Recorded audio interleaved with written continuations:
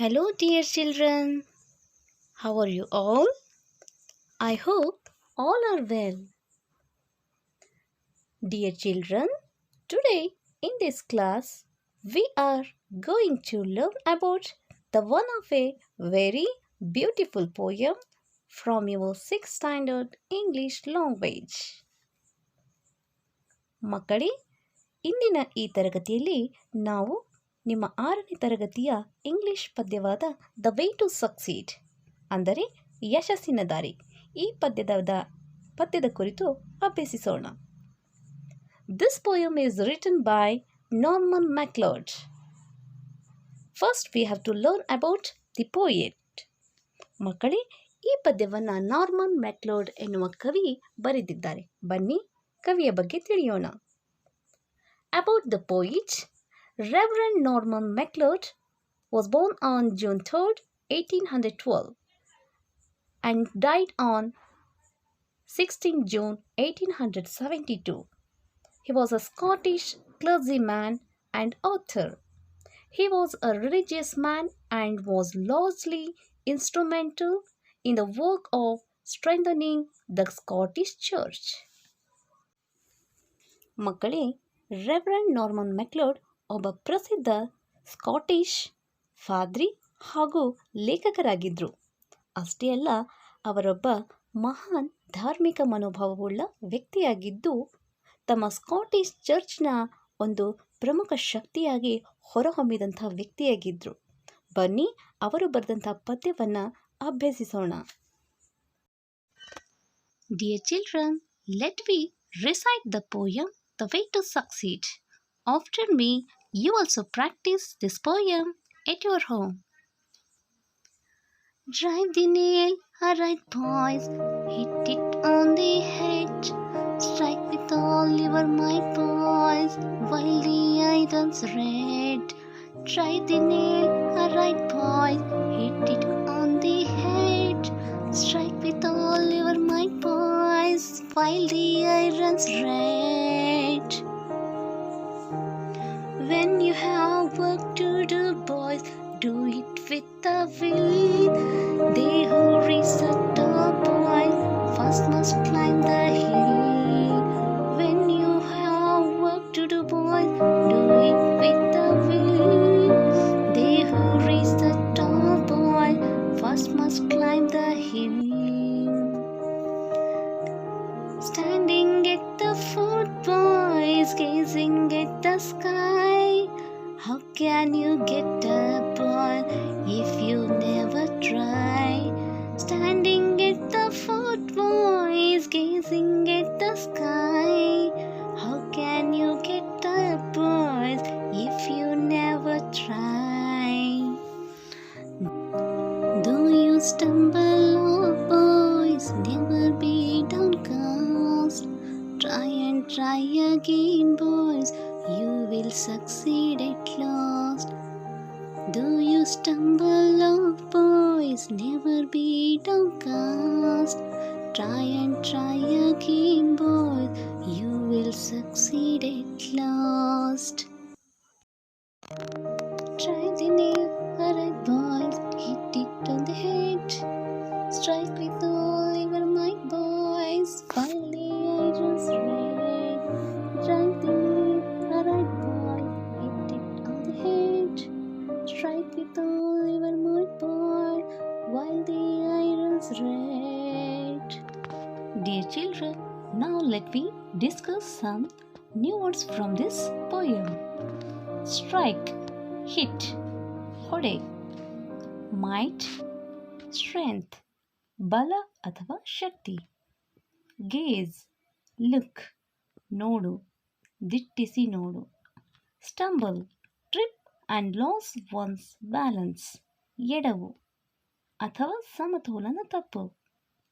Of, often, ಆಗಾಗ್ಗೆ. ಡೌನ್ಕಾಸ್ಟ್, ಡಿಸ್ಗ್ರೇಸ್ಡ್, ಧೃತಿಗೆಡು ಅಥವಾ ಧೈರ್ಯಗೆಡು. Succeed, win, ಜಯ ಅಥವಾ ಯಶಸ್ಸು. ಮಕ್ಕಳೇ, ಈ ಪದಗಳನ್ನು ನೀವು ನಿಮ್ಮ ನೋಟ್ಬುಕ್ನಲ್ಲಿ ಬರೆದಿಟ್ಟುಕೊಳ್ಳಿ. ಬನ್ನಿ ಈ ಪದ್ಯದ ಭಾವಾರ್ಥವನ್ನು ತಿಳಿದುಕೊಳ್ಳೋಣ. The way to succeed, already ನಾನು ಹೇಳಿದ ಹಾಗೆ ಯಶಸ್ಸಿನ ದಾರಿ ಅಂತ ಅರ್ಥ. ಪ್ರತಿಯೊಬ್ಬ ಮನುಷ್ಯನು ಜೀವನದಲ್ಲಿ ಯಶಸ್ಸನ್ನು ಕಂಡುಕೊಳ್ಬೇಕಾದ್ರೆ ಅವನು ಹಲವಾರು ರೀತಿಯಲ್ಲಿ ಕಷ್ಟವನ್ನು ಪಡಬೇಕು. ಅಂದಾಗ ಮಾತ್ರ ಅವನಿಗೆ ಆ ಯಶಸ್ಸು ಲಭಿಸಲಿಕ್ಕೆ ಸಾಧ್ಯ ಎಂಬ ಈ ಒಂದು ಭಾವಾರ್ಥ ಈ ಪದ್ಯದಲ್ಲಿ ಕಂಡುಬರುತ್ತೆ. ಬನ್ನಿ ಈ ಪದ್ಯದ ಕನ್ನಡದ ವಿವರಣೆಯನ್ನು ತಿಳಿಯೋಣ. Drive the nail arrive boys, hit it on the head. Drive ಅಂದರೆ ಮಕ್ಕಳೇ ಹೊಡೆ ಅಂತ ಅರ್ಥ. ನೇಲ್ ಅಂದರೆ ಇಲ್ಲಿ ಉಗುರು ಅನ್ನೋಕ್ಕಿಂತ ಈ ಪದ್ಯದಲ್ಲಿ ನೇಲ್ಸ್ ಅಂದರೆ ಮೊಳೆ ಅಂತ ಅರ್ಥ. ಹೌದು, ನಾವು ಮೊಳೆಯನ್ನು ನೇರವಾಗಿ ಹೋಗಬೇಕಾದ್ರೆ ಅದರ ತಲೆ ಮೇಲೆ ಚೆನ್ನಾಗಿ ಹೊಡೆದಾಗ ಮಾತ್ರ ಆ ಮೊಳೆ ಸರಿಯಾಗಿ ನಾಟಲಿಕ್ಕೆ ಸಾಧ್ಯ ಆಗುತ್ತೆ ಅಲ್ವೇ? Strike with all your might boys while the iron's red. ಹೌದು ಮಕ್ಕಳೇ, ನಾವು ಯಾವುದೇ ಒಂದು ಐರನ್ ಅಂದರೆ ಕಬ್ಬಿಣದ ವಸ್ತುವನ್ನು ಚೆನ್ನಾಗಿ ಬಾಗಿಸ್ಬೇಕು ಅಂದರೆ ಅದನ್ನು ಕಾದಾಗಲೇ ಹೊಡಿಬೇಕು. ಆಗ ಮಾತ್ರ ಆ ಕಬ್ಬಿಣವನ್ನು ನಾವು ನಮಗೆ ಬೇಕಾದಂಥ ಆಕೃತಿಗೆ ಪರಿವರ್ತಿಸ್ಕೊಳ್ಳಿಕ್ಕೆ ಸಾಧ್ಯ. When you have work to do boys, do it with a will. ಹೌದು ಮಕ್ಕಳೇ, ಯಾವಾಗ ನಮ್ಮ ಕೈಯಲ್ಲಿ ನಮ್ಮ ಕೆಲಸ ಇರುತ್ತೋ ಆಗ ಅದನ್ನು ನಾವು ಮನಸ್ಪೂರ್ವಕವಾಗಿ ಮಾಡಬೇಕು. They who reach the top boys first must climb the hill. ಹೌದು, ಯಾರಿಗೆ ಪರ್ವತದ ತುದಿಯಲ್ಲಿ ನಿಲ್ಲಬೇಕು ಅಂತ ಆಸೆ ಇರುತ್ತೆ ಅವರು ಮೊದಲು ಆ ಪರ್ವತವನ್ನು ಬೆಟ್ಟವನ್ನು ಏರೋ ಪ್ರಯತ್ನ ಪಡಬೇಕು. ಅಂದಾಗ ಮಾತ್ರ ಅದರ ತುದಿಯನ್ನು ತಲುಪಲಿಕ್ಕೆ ಸಾಧ್ಯ ಅಲ್ವಾ? Standing at the foot boys gazing at the sky. ಬೆಟ್ಟದ ತಳಭಾಗದಲ್ಲಿ ನಿಂತ್ಕೊಂಡು ನೀಲಾಕಾಶವನ್ನು ದಿಟ್ಟಿಸಿ ನೋಡಿದರೆ ನಾವು ಪರ್ವತವನ್ನು ಏರಲಿಕ್ಕೆ ಸಾಧ್ಯ ಆಗುತ್ತಾ? ಇಲ್ಲ. How can you get a boys if you never try. ನೀನು ಪ್ರಯತ್ನನೇ ಪಡಲಿಲ್ಲ ಅಂದರೆ ಮೇಲೆ ಬರಲಿಕ್ಕೆ ಹೇಗೆ ಸಾಧ್ಯ? ನೋಡಿ, ಕವಿ ಎಷ್ಟು ಚೆನ್ನಾಗಿ ಇಲ್ಲಿ ಹೇಳಿದ್ದಾರೆ.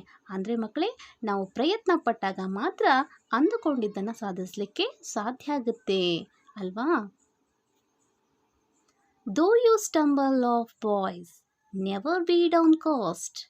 Try and try again boys, you will succeed at last. ಹೌದು, ಯಾವಾಗಲೂ ಸಹಿತ ನಾವು ಪಡುವಂಥ ಪ್ರಯತ್ನಗಳಲ್ಲಿ ಸೋಲೋದು ಸಹಜ. ಹಾಗಂತ ನಾವು ನಮ್ಮನ್ನು ಕೀಳಾಗಿ ಕಂಡ್ಕೋಬಾರ್ದು.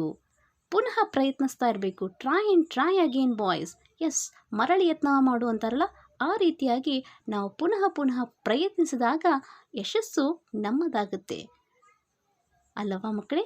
ಹೀಗೆ ಈ ಪದ್ಯದ ಮೂಲಕ ಕವಿ ನಮಗೆ ಹೇಗೆ ನಾವು ಪ್ರಯತ್ನಶೀಲರಾಗಬೇಕು, ಸೋತಾಗ ಹೇಗೆ ಎದ್ದು ನಿಲ್ಲಬೇಕು ಎನ್ನುವಂತಹ ಒಂದು ಉತ್ತಮವಾದಂತಹ ಸ್ಫೂರ್ತಿದಾಯಕ ಮಾತುಗಳನ್ನು ಹೇಳಿದ್ದಾರೆ ಅಂತ ಹೇಳ್ಬೋದು. ನೋಡಿ, ಈ ಚಿತ್ರದಲ್ಲಿ ಒಬ್ಬ ವ್ಯಕ್ತಿ ತನ್ನ ಗುರಿಯನ್ನು ತಲುಪಬೇಕಾದ್ರೆ ಹಲವಾರು ಪ್ರಯತ್ನಗಳಲ್ಲಿ ಸೋಲ್ತಾನೆ.